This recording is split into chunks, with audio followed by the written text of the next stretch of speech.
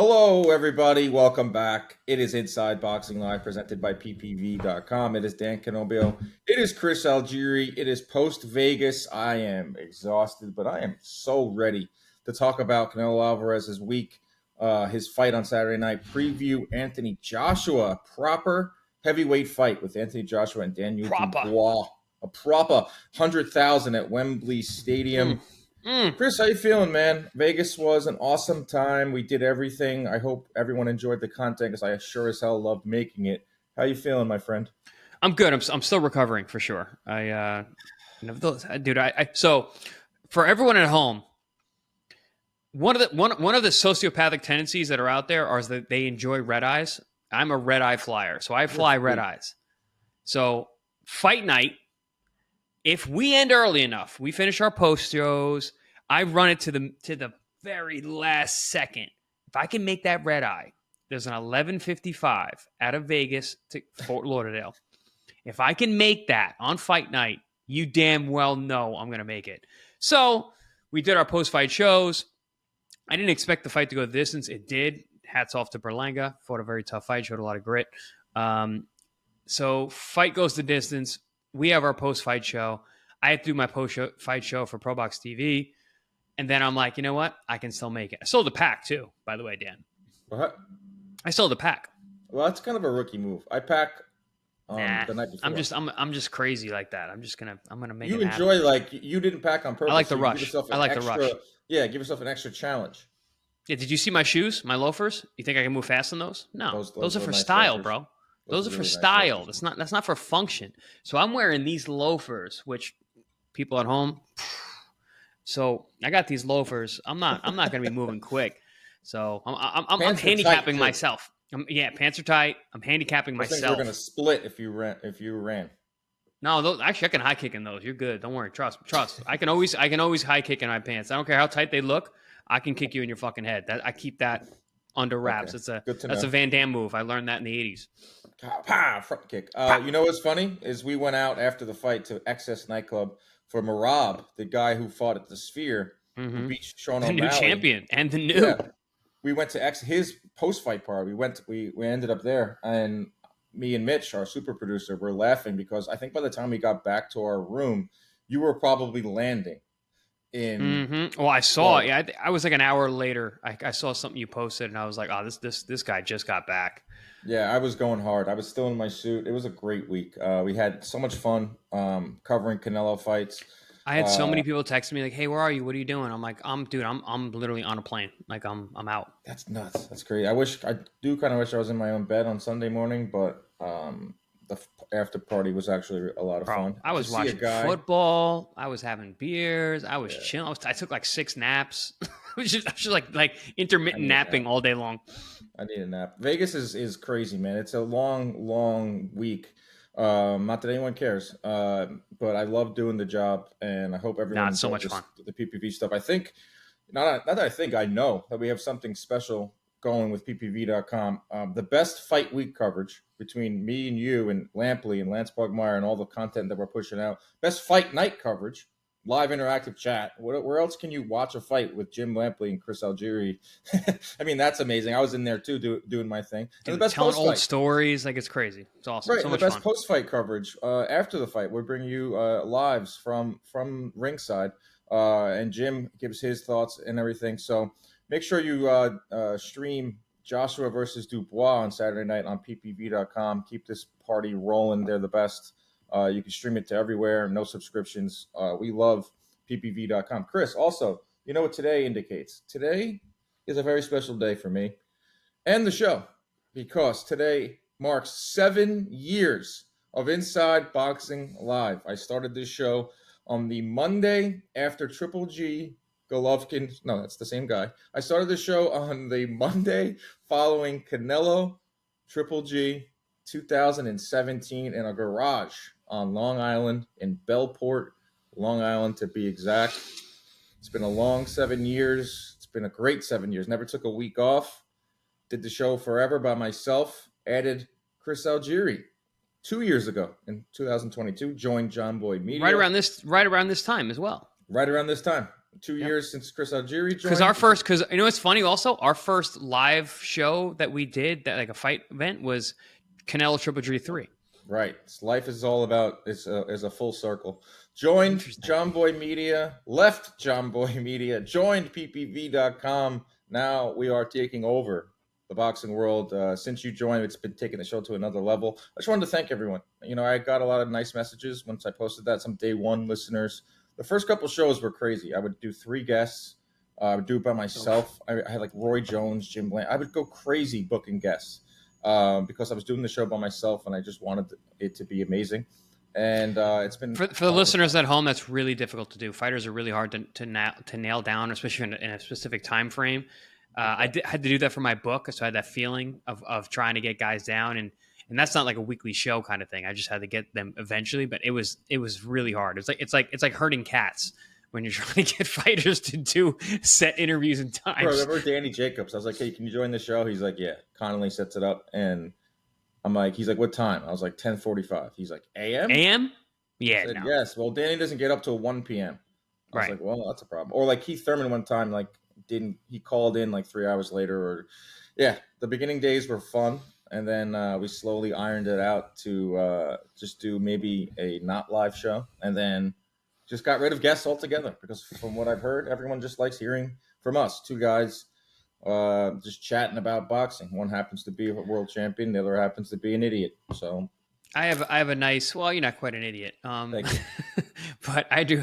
So I remember we had done a couple of shows together and I had come to the office. I came to John Boy once when I was in town and did a couple call-ins a few times, like over the years, whatever.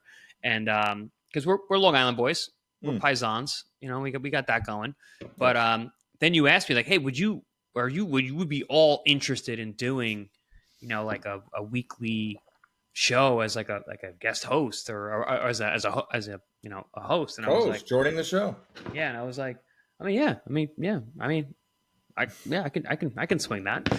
And then it was our second show, and it was our second week because we were doing one a week. Yeah, it was our second show, and the first shows were good. They were like really good right off the bat because we had a great rapport or whatever. When we do our research, and I said to you, I'm like, Dan, pretty soon, dude, this is all you're gonna have to do. This is the only job you're gonna have to have. Guys at home, I told them that after 2 episodes, and then not even 2 years later, Dan is a full-time Inside Boxing Live podcaster. It's crazy, man. It's been a hell of a ride. It's awesome. I love doing it. Thank you to everyone. Thank you to Nick Canobio, Bob Canobio, Ronnie Jerez. Yes, Mitch, Ronnie. Can't forget about Ronnie. And Mitch Matasia, those Mitch are all is the kicking producers. ass. Those are all my producers over the years. You guys are awesome. And thank you, Mitch. I know I mess with you a lot, but I love you, bro. And most importantly, thank you to everyone who listens. We couldn't do the show without you. All right, enough of that. Let's get into what we want to talk about. Canelo. We did do our post-fight show, but that's like such in the moment where I'm like got the adrenaline rolling, and now I've had 48 hours to think about it. Canelo Alvarez is still damn good. 80% of Canelo Alvarez is still the elite at 168. It's still the elite. Top 5 in the sport. That left hook, I watched it over and over and over, is so freaking powerful and so crafty that I think he can do that to even the Benavidez of the world. I think he could still do that to the upper echelon fighters in boxing. I think at the time, it's tough when you're at the top, Chris, and you find little ways to criticize. You can poke holes in a fighter. But 48 hours later, I'm talking about a guy who's 34 years old, close to 70 fights, 500 career rounds, face of the sport, has to deal with all that. It's still freaking good. It's still really good, but still favor him over just about everyone outside of maybe Dimitri Bivol at 175. So that's my biggest takeaway a couple of days later is Canelo Alvarez, yes, slowing down, but still, man, at the top of his game. It's still so much fun to watch, still powerful. Got into a big argument with Paulie Malignaggi yesterday on ProBox TV regarding this. I kept getting asked when I was in Vegas. People were like, why does Paulie hate Canelo? And Paulie doesn't hate Canelo, but he does like to push back on everything, which I appreciate because he does deserve some pushback with holding the belts hostage. But listen, in terms of what he is, I told Paulie yesterday, I'm like, dude, as soon as this guy retires, you're gonna miss him. Yes, Like, he's excellent, and Yes. Is he older? Yes. Is he slowing down? Absolutely. He's an old 34. He's a 34 going on 38. The decline is there. He's a But I different don't see him guy. falling off a cliff anytime soon. No.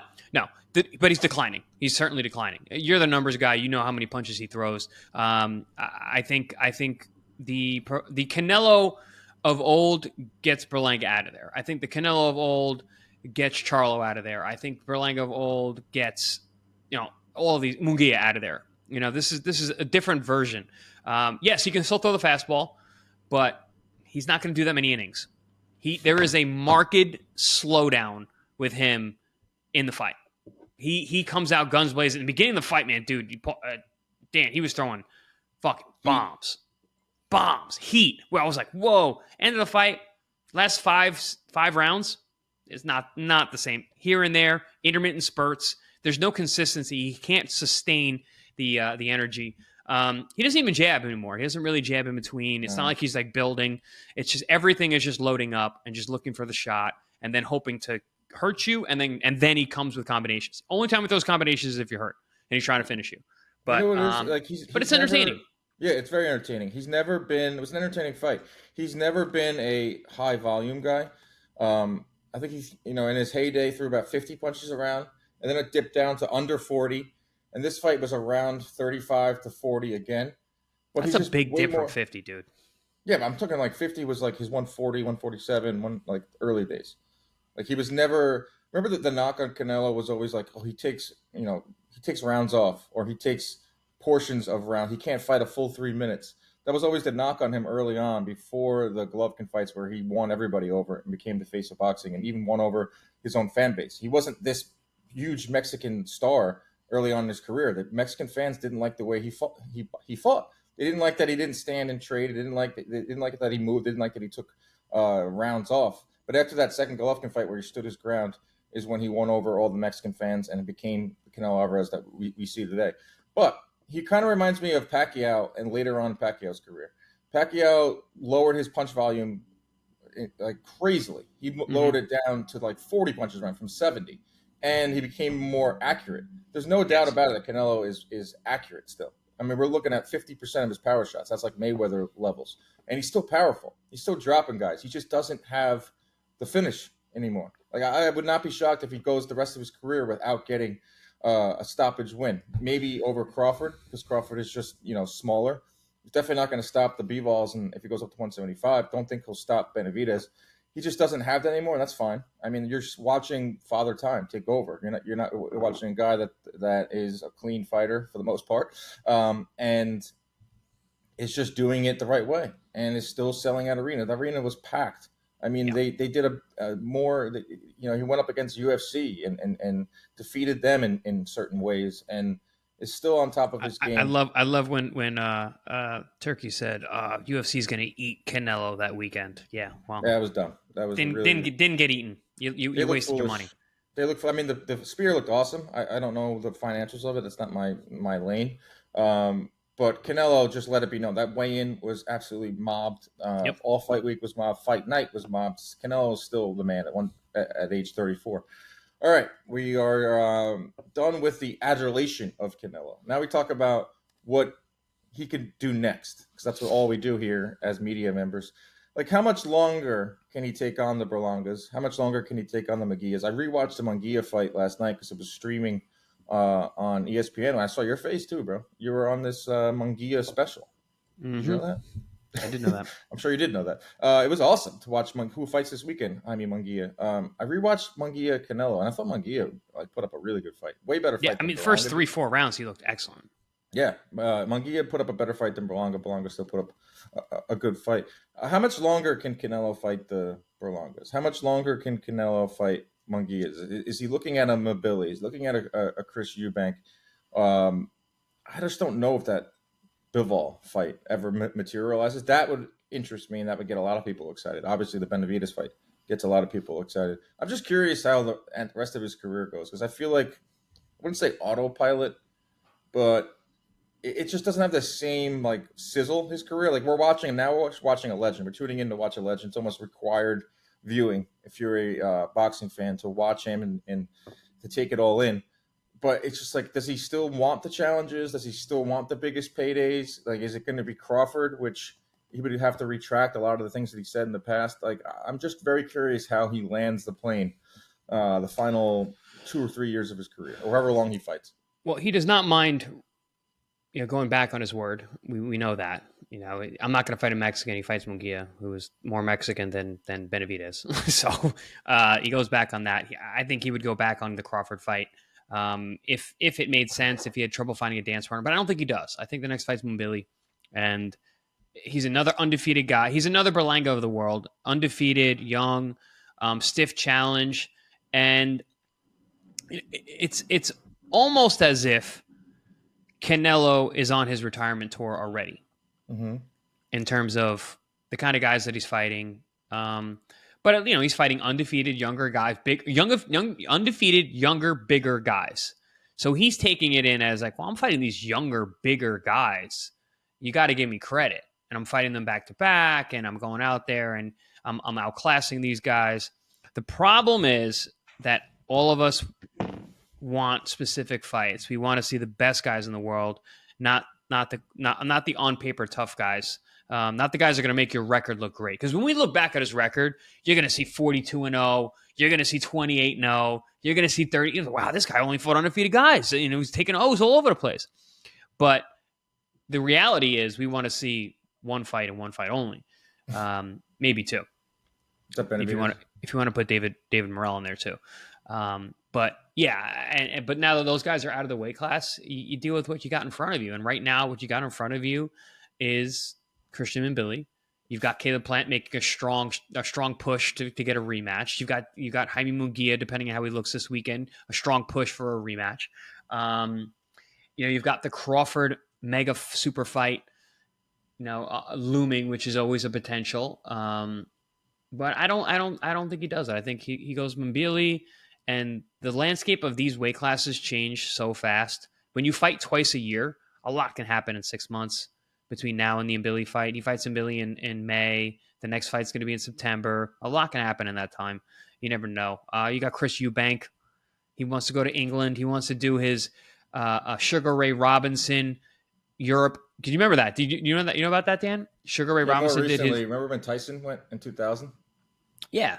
But he wasn't champ. Sugar Ray was champ, and he went on a tour, and he ripped through. Tyson was the people's champ.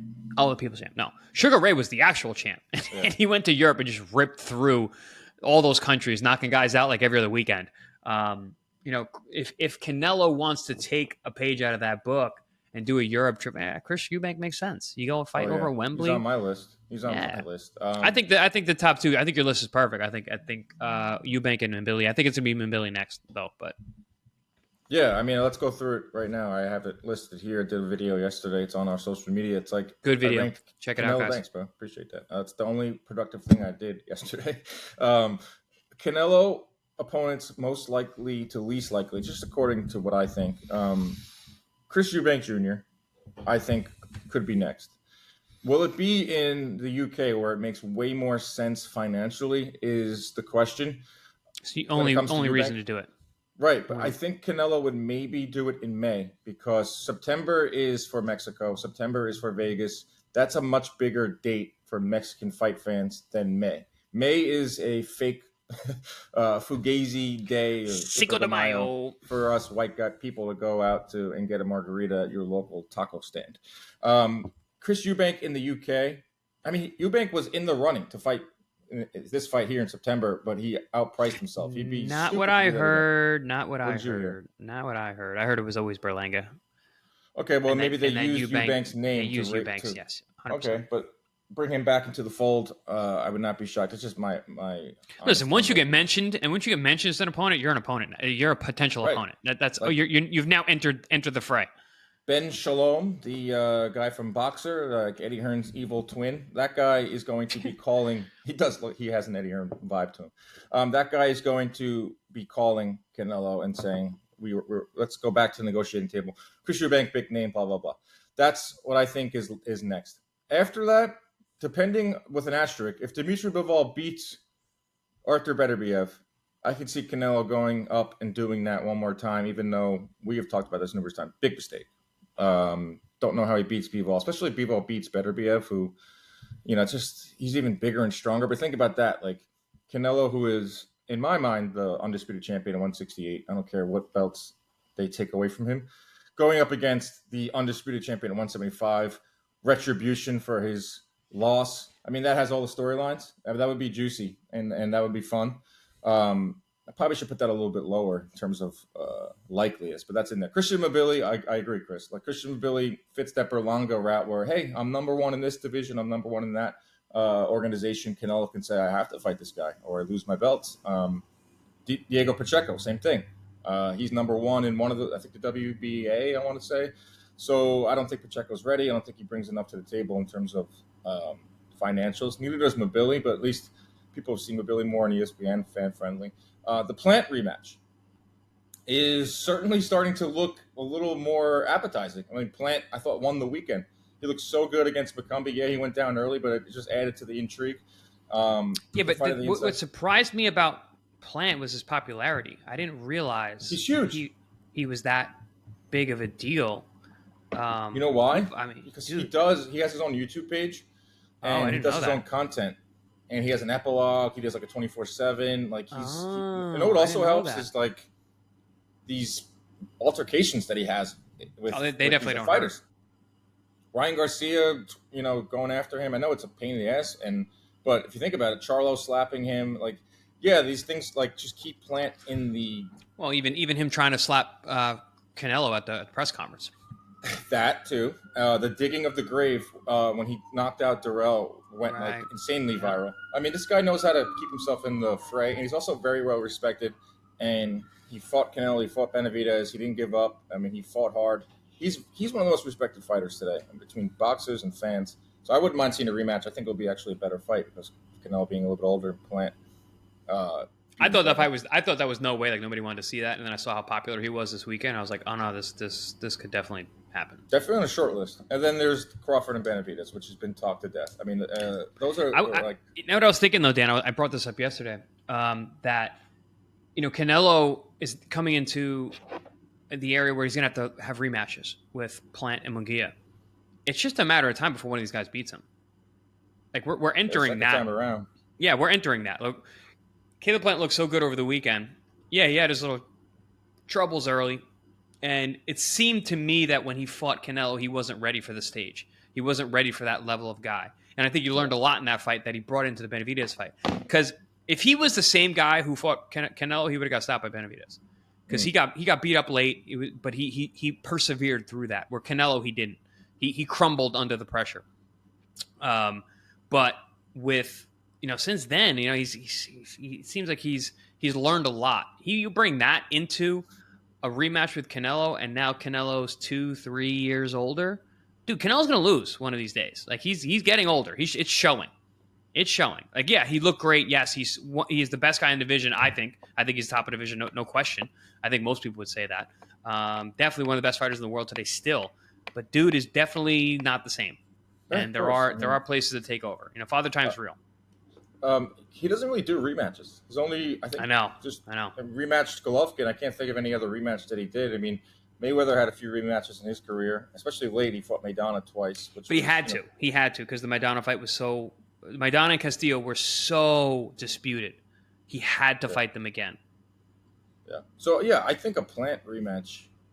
But the fight wasn't disputed. That's why Canelo can easily go. Nope. Yeah, but I think the Plant rematch makes a lot of sense, and the only thing it will be missing is the animosity because the animosity was pretty. Yeah, now they're hugging. Build up.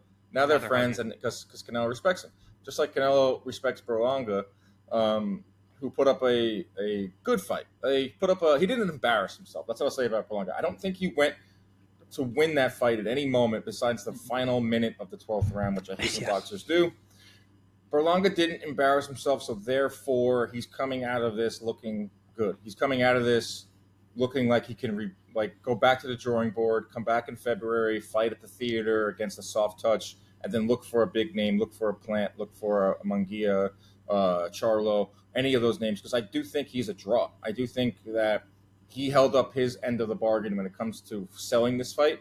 And in the ring, he was tough. He was very tough. He definitely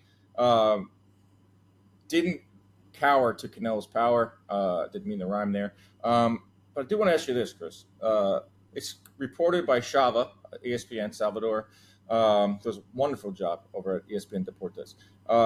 That Berlanga weighed 193 pounds on fight night. He gained 26 pounds from weigh-in to fight night, which is not shocking. If you're a boxing fan, you know that fighters do this. The reason that I think it's notable is because part of the reason that Canelo Alvarez says, I will not fight Benavidez, not the only reason, but part of the reason, is that he just is going to gain 25 pounds on fight night. He's too big. He said this himself. Canelo said this himself. But so he doesn't have a problem with Berlanga gaining 25 pounds, but he has a problem with Benavidez gaining 25 pounds. I just don't think that really is a good look for Canelo. But to your point, he's going to start retracting his statements a lot. They got to do so many damn interviews, but 193 on fight night. No shit. He's willing to fight the bigger Berlanga, not the bigger Benavidez. They're different classes of guys. But Benavidez is on another planet to Berlanga in terms of his skills. Then you add the fact that he's going to be 195 pounds in the ring. It's a tall order for Benavidez. You really can't compare the two. Benavidez has been a world champion. Benavidez has fought world class guys. That was Berlanga's very first title fight, anywhere near that level.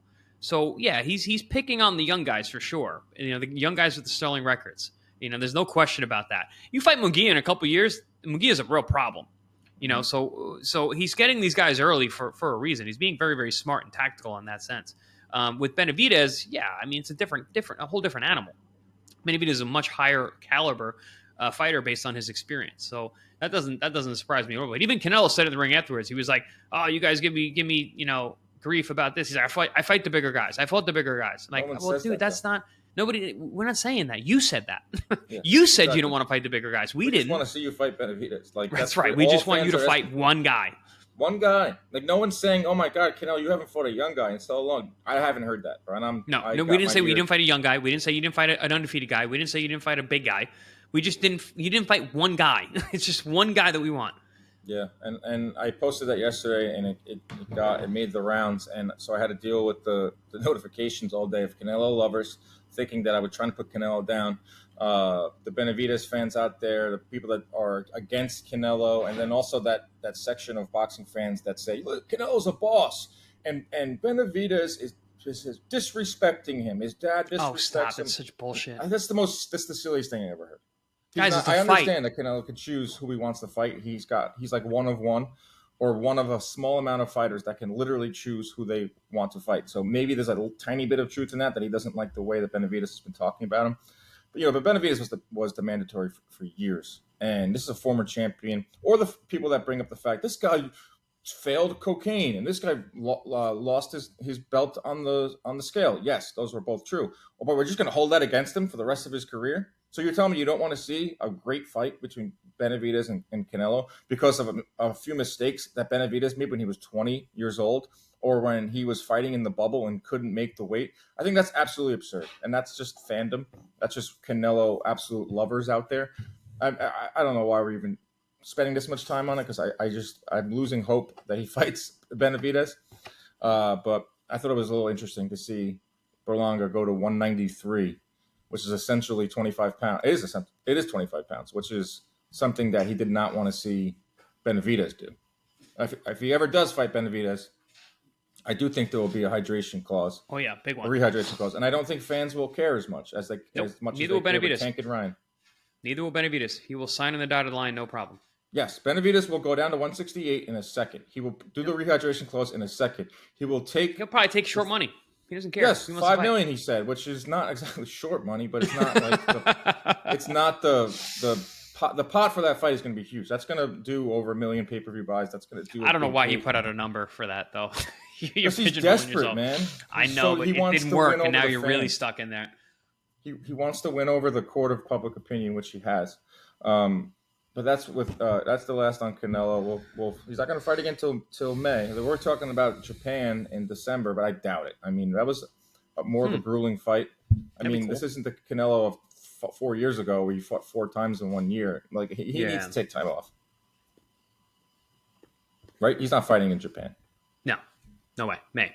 It'll be May. May. So we'll see Canelo next May, and then we'll have to do this whole sweepstakes all over again. All right, let's get into this weekend. I am so excited for a proper heavyweight fight. Anthony Joshua, Daniel Dubois, 96,000 fans in attendance at Wembley Stadium. Joshua back where he belongs. A fight that belongs at Wembley Stadium, a domestic clash.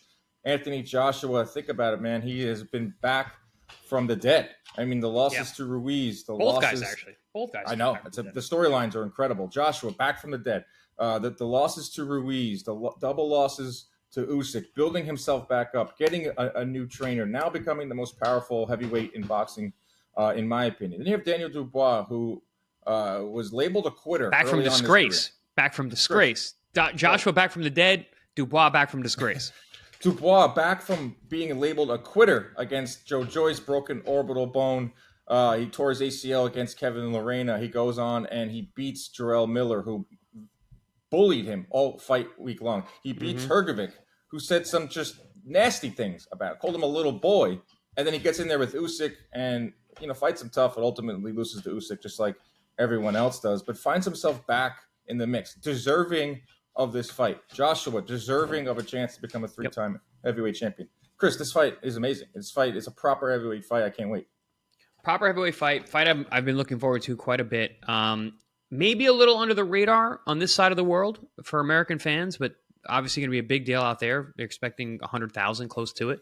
So fantastic fight. Well, so this is one of those heavyweight fights where you're going to watch on pins and needles because they're both destructive punchers.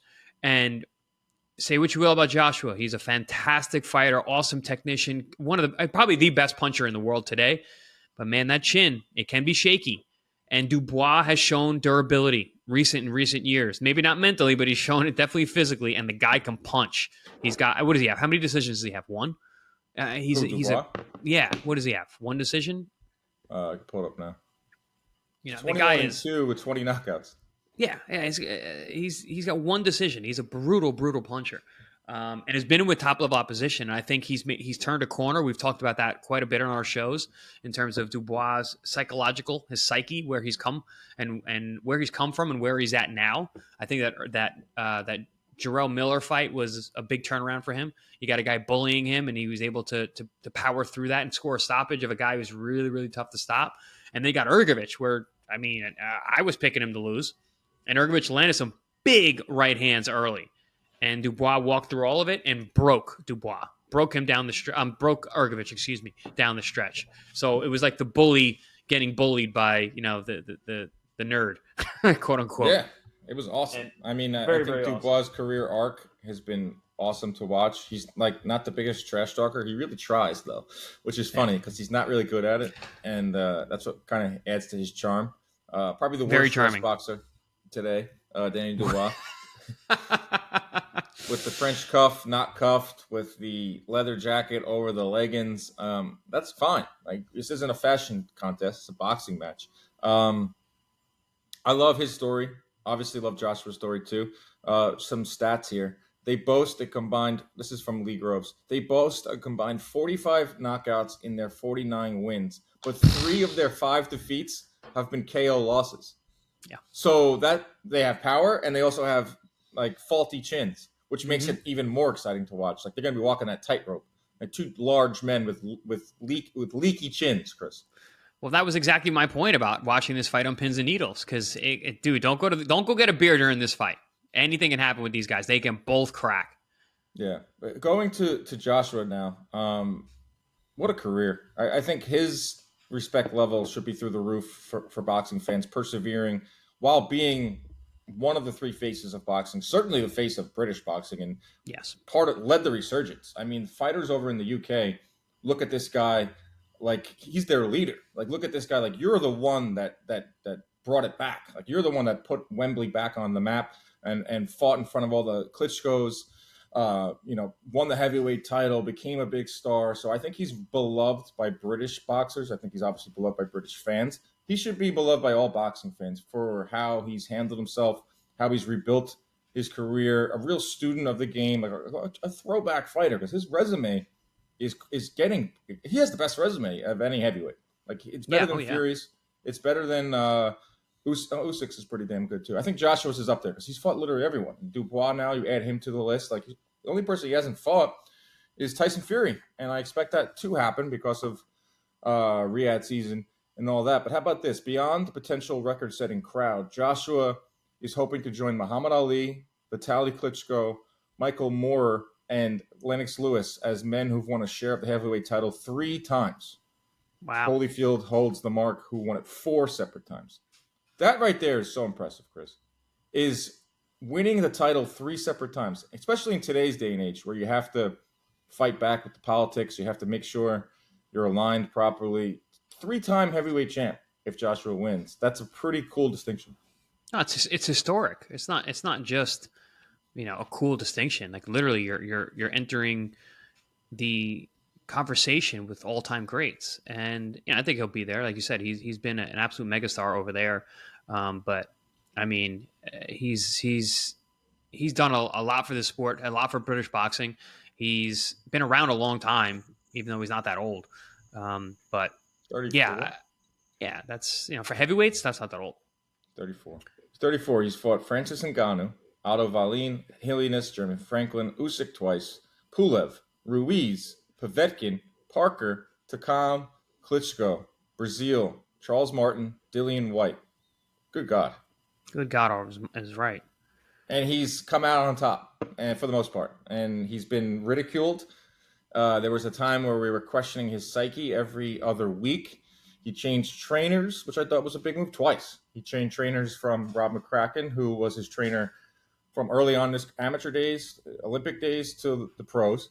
Then he went with Robert Garcia, and that didn't work. Then he went with Derek James, and that didn't work. And now it is working because he is with Ben Davison. Ben Davison it is working. It is working. Definitely working. Because, Chris, you can attest to this as the fighter here on the panel, is that I think he's figured out the perfect distribution of power and jabs. It took him a while because for a while, big talking point with Joshua is that after Klitschko, he became so cautious. And after Ruiz, he became so cautious where he's throwing 70% jabs. And he was just trying to protect that chin, trying to protect the money, trying to protect his reputation. But now, after Robert Garcia and after Derek James, I think he learned stuff from them too. But now with Davison, he's back to throwing 60% power shots, the right distribution, 60-40 from power to jabs. And, I mean, he's knocking guys out. And he looks really freaking good. Well, I think also with Davidson, you've got a coach who trains the fighter, not a style. And he looks at a guy like Anthony Joshua, and he can do everything. But when you feel the power in that right hand, you go, whoa, why are we not throwing this? Why are we not using the jab to set this thing up instead of just using the jab to score points and defend? And I think that's been the major difference we've seen. Now he's just setting up that cannon that is that right hand. He's always been a good jabber. He's a very, very good jabber, but he's now using it to set up the right hands. And that's the big difference. When you got Anthony Joshua landing right hands, he beats everybody in the world because the guy, I mean, he's got a cannon for an arm and he's big. He can box. He's got great technique. You look up photos of him knocking out Ngannou, like you're looking at a perfect technical precision, technical stance, everything, his hand position, everything. The guy does everything right. So, but I think more so even than that, from a technical aspect, for what Ben Davison is bringing to Anthony Joshua is psychology. I think he's got him feeling comfortable in his own skin, which I think is something that with these past couple coaches wasn't the case. I think that Joshua is the kind of guy, he doesn't need to be uncomfortable in camp. He needs to be comfortable. He needs to feel at home. He needs to feel, like he's getting attention and that, they're focused on him. And you don't need to break him and build him back up. He's already there. You need him to go out there and just be what he is because the guy is an absolute specimen. And he hits you with the right hand, he can knock out anybody in the world. Yeah, and he's been doing that. I mean, his last 5 fights, Ngannou, which, was kind of like a whatever, but I like the fact that he just handled business. Yeah, but he got that back for us because there were so many boxing people that were like, Tyson Fury let us down. And then Joshua did what Tyson was supposed to do. So he got one back for team boxing. And I love how he knocks him out, but he didn't celebrate. No. He handled it properly, and he made Fury look like a buffoon. Yep. Fury made himself look like a buffoon with his Ngannou performance, and then Joshua coming back and just doing that made him look even better. So that adds to why I believe he's even more respected. Then he fought Otto Wallin, which was a nice stoppage. Wallin's tough. Wallin is a tough guy to look good against. No one does it. Tyson Fury struggled with him mightily. He had just caught off a good fight with Gassiev, who's really, really tough. A good win over Gassiev. So Wallin, that was a better win than you would think. Right. Then the Franklin win, which he went the distance. Not That was good. when we were still questioning him. That was his first fight after Usyk, the two Usyk fights, where in hindsight are looking like pretty good performances. Usyk is Usyk; he's the best heavyweight of this era, Especially the and second one. Looked really good in the second one. right. First one didn't look as good. Second one, I thought Joshua was right in the mix, but Usyk just does what Usyk does. I think he was just shocked in the first one, and the second one he brought his A game, did really, really well, and it was a good close fight.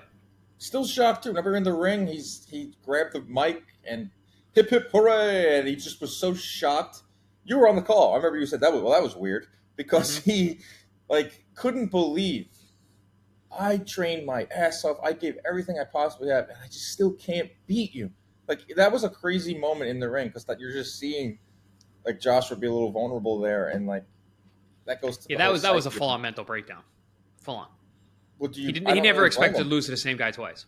I don't blame him because of the scrutiny that this guy's constantly under. The Going up pressure is against a crazy. guy who's like, what'd you say? The pressure is crazy for Anthony Joshua. pressure Always on this has guy- been. Always has been.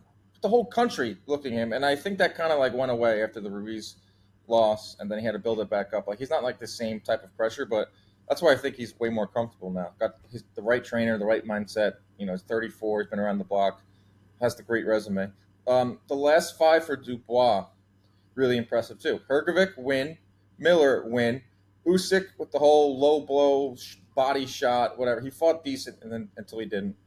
Kevin Lorena, I know that was kind of like a joke type of fight, but tore his ACL early on in the fight, and then still managed to get the stoppage. That's not easy.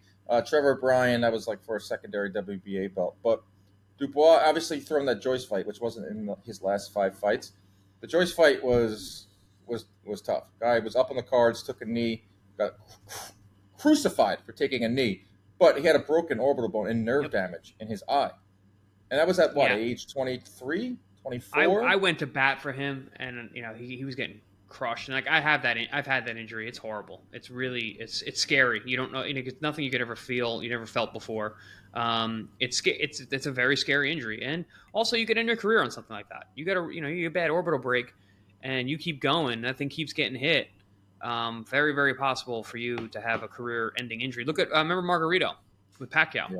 Pacquiao ended his career. Well, essentially, he never really won a fight after that because his orbital was so fractured, and the vision in his eye was super, super deteriorated. So, yeah, I don't knock him for that. And anyone who does has never been in a fight, never been punched in their eye that hard that there's bones broken in your face. You're literally breaking your skull, guys. So crazy. And he came back from that. He came back from that. He could have literally left the sport. I mean, he was super young at the time. He was really heralded. I remember hearing about him early on and being like, "Oh, this is like the next Joshua. Look at the size of this guy. He's beating people down. He's soft spoken. He's had an up and down career, and now he's at Wembley, proper. Keep saying proper because that's like a British word, right? Proper dust up. The proper dust up. Yeah, proper dust up. They like saying that. Let's go to the odds according to DraftKings Sportsbook.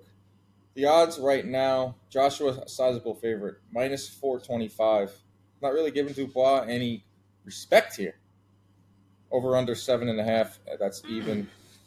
Dubois by knockout plus 475. I'd throw some. Dude, if I wanted to take a risk, I would bet money on Dubois. Joshua by decision plus 550. So Vegas really thinks that this is going to be a stoppage. Wait, what's the? Yeah, I think so too. What's Dubois by KO? Dubois by KO is plus 475. I might throw 100 on that. You never know. Oh, by the way, heavyweight boxing, man. That's why if you're gonna bet heavyweight boxing, man. You want to get risky. By the way, when I did my hits for DraftKings on the Canelo broadcast, I told everyone at the end, Canelo to knock down Berlanga once and then the decision. And I know, dude. Which is so cool because I like giving out picks on Twitter. Wait, I thought you said twice. You said one or two. No, I had two. I had two props. The one and the two, the knockdown twice was plus 450. Oh, so you said both. Both. I said, more likely it's going to be the once down and the decision, which has been his last two fights. That was cool. But let's see. Yeah. So Joshua by decision is plus 550. So I don't think it's going the distance. Someone's getting knocked out. Yeah, agreed. I think Joshua's going to win, obviously. I do too. I think Joshua stops him in 8 to 10. 10. Let's see what those odds are. I love round group betting in terms of rounds. Joshua 7. Oh, it doesn't have. Wait, yeah. Joshua 7 through 12 plus 165. Not huge. Not great, yeah, because The it's odds likely. on the second half are never good because that's when they figure guys wear down and it's always the 1 through 6, which is Especially only heavyweights. plus 100. Especially the heavyweights. That is the heavyweight fight this weekend. All eyes will be there during the afternoon, and then at night we will see Jaime Munguia. You'll be on the call. No, Munguia is on Friday. Munguia's Friday. Munguia is Friday. Wow, that's awesome. Going to the full card here for Joshua, which I think was probably smart and tactical because of the Joshua top fight. rank is good when it comes to that. Dubois versus Joshua's main event. Tyler Denny versus Hamza Shariz, who is a good-looking middleweight that many think could take over the middleweight division. Anthony Cassis versus Josh Warrington, we thought was for the IBF title, which Cassis took off of Cordina. But IBF, being the IBF, doesn't mess around. He was supposed to fight. He's mandatory, so the IBF title is not on the line. If he wins, he keeps it. If he loses, it's gone. I expect Cassis to beat Warrington. That'll be a good fight. Josh Warrington's Kelly just not made for that weight.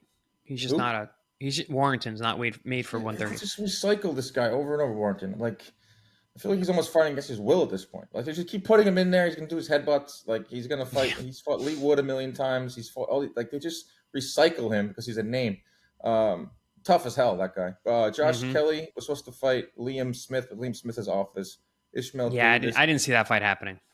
I had a feeling Liam Smith. I didn't see him making it to that. I know there was press conferences and he looked like he weighed 200 pounds.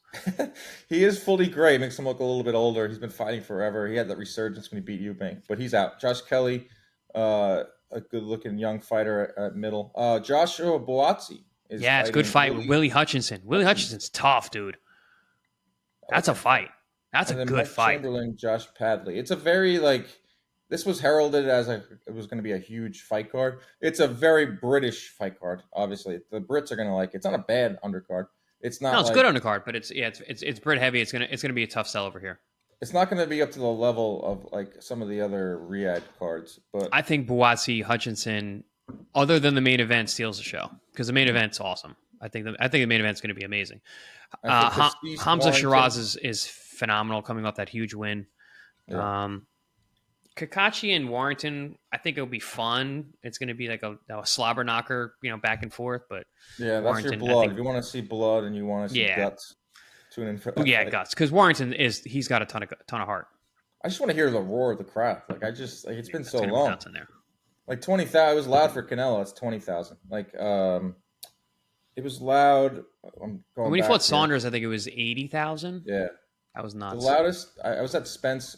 Mikey Garcia at Cowboy Stadium, that was 50. And I remember being like, wow, that's some of the loudest I've ever heard.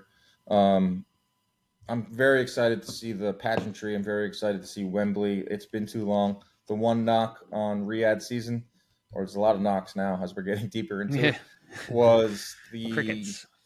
The crowd atmosphere was kind of lame. Credit to Turkey for bringing this to Wembley. I think he will now get a taste of a live gate and the money that generates there.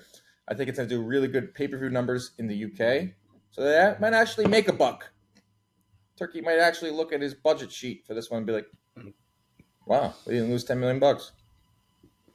That's great. So that is wonderful. Business. Wonderful. He's going to make some money on this fight. Friday night, we have our guy, Jaime Munguia. Love that he's back. Love that he's with Top Rank. Love that he's active. I think he's primed for his second part of his career. You got your loss to Canelo out of the way. You made your bag. You have a new promoter. I think Top Rank and Munguia is like a match made in heaven. And it's a great fight. And you'll be on the call with International. Poncher. Yep, International, Christina Poncher. I'm flying out tomorrow night. Good Headed God. to Glendale, Arizona. That's kind of fun, though. It's nice. First there. time. I heard it's a great place. Arizona's awesome, and the weather, I feel like it won't be that super hot, but I could be wrong. What do you know about Eric Bazinian? So I know a lot about him. It's not an easy fight, dude. Eric Bazinian can fight. He's got a good amateur background. He's Armenian, so you know he's going to be strong as hell. He's got a really nice 1-2, good jab, very right hand heavy, very 1-2, very European style, stiff, straight up, good in and out, earmuff style on defense. So a lot of openings for Munguia because he's so dynamic, but he's going to get hit because Bazinian does a really good job threading the needle with the right hand. He punches right through the guard. He loops his right hand. He throws it straight. He varies it up pretty nice. He jabs the body good, comes over the top with the right hand. Good technique. Like I said, very, very European in his style, physically strong, just not as dynamic. So I think it's gonna be pretty hairy early on for Munguia, and then he's gonna have to roar back like he always does and finish strong and throw a million body shots. So I think it's actually a pretty decent fight. Yeah, Friday night on ESPN, main event, Munguia back in the mix. Should get himself into some big fights with a win.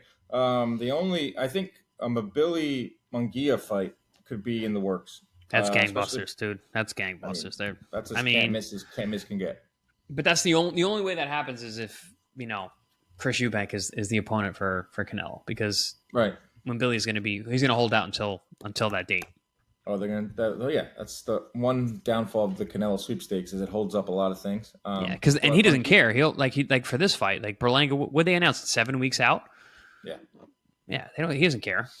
Yeah, Munguia should get himself in the mix for some big fights at 168. Still think he could be a champ at 168. He's coming into his prime. Emiliano Vargas on the card. Richard Torres on the card. Emiliano Vargas fighting my old sparring partner, Larry Friars. Dude, Larry Friars has been. I remember around his fights. He's been around. His fights on Broadway Boxing. Just a Irish brawler. Yep, Irish tough guy. Lunch pail. He leaves his lunch pail in the back. He's coming to bang you with right hands and hooks. Yep. Take some shots on the way in. I like Emiliano Vargas, star. Richard Torres. He's awesome. I think stepping. Torres is a tough fight. Duico's he's a tough customer, dude. Good. Joey Duico can fight. Let's get Torres going here because, I mean, it was Jared Anderson as the next great hope. Like Torres, he's just a little undersized. But I was watching something last night on ESPN Plus. I had it on after the Monday Night Football game, and it was the Jaime Munguia special that you were on, and then it was this like really cool special feature with Nico Ali Walsh and Richard Torres interviewing each other. Oh, they were sitting on a couch, right? It was freaking great. Like I would never watch that. It was like Dumb and Dumber. It was hilarious. I would never watch that unless it was just like on somewhere. Like I had it on as I was like falling asleep. But no, not Dumb and Dumber. It was more like Step Brothers. It was like, did we just become best friends? Right. Like that's exactly what it was. Hilarious. I know Torres is hilarious. Like his social media presence is apparently awesome. Nico is too. They were funny. I mean, this kid has it. Let's be honest. He's. I understand what Top Rank is using the Ali thing, and ESPN loves it. Like he doesn't love it, but he's using it. But you could just tell that he's just a normal kid, and he's very funny. And he actually made a really interesting comment on this thing that like if it was up to him, like if his Ali wasn't attached to his name, and he didn't have to act a certain way and live up to the Ali name and the reputation, he goes, I would be a Ryan Garcia because I'd be reckless. I'd say anything I want. And I'm like, just do that, man. Like let it go. Not for nothing. Ali did. That was what his grandpa would want this. Yeah, that's what he did. His nickname was the Louisville Lip. He said where the hell he wanted. I know, and I think that was like came out a little bit in Ali Walsh's last fight, where he kind of was chirping at Jake Paul and chirping. I could have went the influencer route, but I'm trying to be a real fighter. I don't know. I thought it was pretty cool. Top Rank does a really good job with their original content. That's really it. We should have a fun one Saturday night. Order it on ppv.com. Well, Saturday early evening. Yeah, so you can have a night out too. I will have a night in my bed, sleeping. Yeah. What are you leaving Saturday morning? Yeah, early 7 a.m. Saturday morning. I land like 4. No red eye? No, not. There wasn't anything available from Phoenix, but so I'm getting out quite nice and early. I know you definitely checked. All right, everybody. Thank you for joining once again. This we won't have a show later in the week because of all of our travel. I'm headed to the John Boyd Media warehouse to record Blitzball Battle 5. I don't know how. I'm very tired from Vegas. It's going to be blood and guts from Dan. It's going to be my Dan, Gotti I didn't know moment. you were a warrior, Dan. You got that? You're a blood and guts warrior now. Another Digging hotel. deep. 3 weeks in a row in a hotel. I'm not complaining because this is quite a life. But Orlando, Vegas, and now Jersey City. What a life. Everyone, enjoy. Thank you for watching. Thank you for listening for the last 7 years. It's amazing. Inside Boxing Live, the best boxing podcast in the world. We out.